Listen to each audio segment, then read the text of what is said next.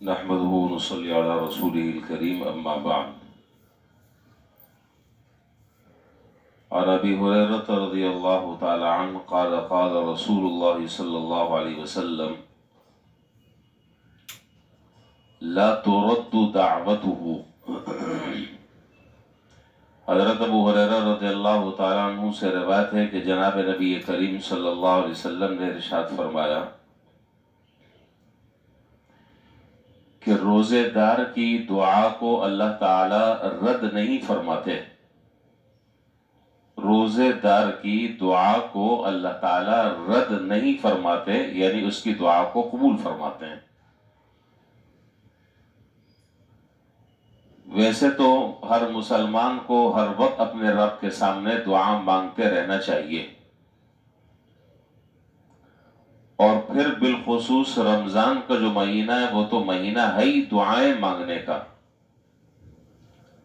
یہ مہینہ تو ہے اپنے رب سے رحمتیں اور مغفرتیں لوٹنے کا. اس میں کیا دن اور کیا رات، کیا تہجد اور کیا تراویح، کیا افطار، ہر وقت آدمی جو ہے وہ اپنے رب سے رابطہ اپنا بحال رکھے اور اللہ تعالیٰ سے ہر وقت دعا مانگتا رہے. لیکن احادیث میں بالخصوص رمضان کے مہینے میں مخصوص اوقات میں دعا مانگنے کا خاص طور پر حکم بھی دیا گیا، اور ان دعاؤں کی قبولیت کا وعدہ بھی فرمایا گیا. ان میں سے ایک وقت جو ہے وہ ہے افطار کا وقت. افطار کے بعد اللہ تعالیٰ دعاؤں کو قبول فرماتے ہیں، اور یہ وقت واقعی دعا مانگنے کا ہے. لیکن عام طور پر وہ دعا میں یکسوئی نہیں ہوتی. جب دہی بڑے اور چھولے اور پکوڑے اور سموسے اور چاٹ دسترخوان پر ہوں تو بس منہ میں پانی آ رہا ہوتا ہے. تو تھوڑا سا ان چیزوں پر ضبط کر کر یکسوئی کے ساتھ اس وقت دعا مانگ لیں تو اللہ تعالیٰ ان دعاؤں کو قبول فرماتے ہیں. چنانچہ حضرت عمر رضی اللہ تعالیٰ عنہ کے بارے میں روایات میں آتا ہے کہ آپ افطار کے وقت اپنے بچوں کو اور اپنی اہلیہ کو سب کو جمع کر کر دسترخوان پر دعا مانگا کرتے تھے. تو ہمیں بھی چاہیے کہ اپنے گھر والوں کو سب کو اکٹھا کر کر بیٹھ کر دعا مانگے. تو دعا آپ جو بھی مانگے، افطار شروع کرتے وقت بسم اللہ الرحمن الرحیم پڑھ لیں، بسم اللہ وعلی برکت اللہ پڑھ لیں، اور اس کے بعد دو طرح کی دعائیں احادیث سے ثابت ہیں. وہ دونوں دعائیں میں آپ کے سامنے ذکر کر رہا ہوں. ایک دعا میں لوگوں نے کچھ اضافہ کیا ہوا ہے، وہ اضافہ حدیث سے ثابت نہیں ہے، اس لیے اس کو نہ پڑھیں. ایک دعا تو ہے ذهب الظمأ وابتلت العروق وثبت الاجر ان شاء اللہ. یاد نہ ہو تو یاد کر لیں. بہتر یہ ہے کہ جن الفاظ سے جناب نبی کریم صلی اللہ علیہ وسلم نے دعا فرمائی ہے انہی الفاظ سے ہم دعا مانگے. ان الفاظ میں بھی برکت ہے.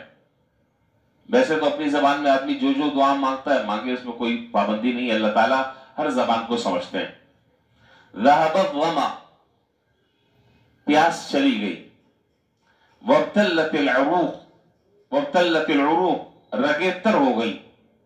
وثبت الاجر انشاءاللہ، اور اس روزہ رکھنے پر میرے رب نے جو مجھ سے وعدہ کیا تھا جس اجر اور ثواب کا انشاءاللہ وہ متعین ہو گیا. بالاتفاق یہ دعا افطاری کے بعد کی ہے، اور ترجمے سے آپ سمجھ گئے ہوں گے. ظاہر ہے کہ جب پانی چلا گیا حلق میں اور پیٹ میں کچھ چلا گیا، جسم میں جان آ گئی اور ایک طرح کی تر و تازگی انسان کو حاصل ہو گئی. اب اللہ تعالیٰ سے دعا کر رہا ہے کہ ذهب الظمأ، پیاس چلی گئی. وابتلت العروق، رگیں تر ہو گئی. وثبت الاجر، اور انشاءاللہ میرے رب نے مجھ سے جس اجر کا وعدہ کیا تھا وہ طے ہو گیا، متعین ہو گیا انشاءاللہ. تو یہ تو دعا جو ہے وہ افطار کے بعد کی ہے.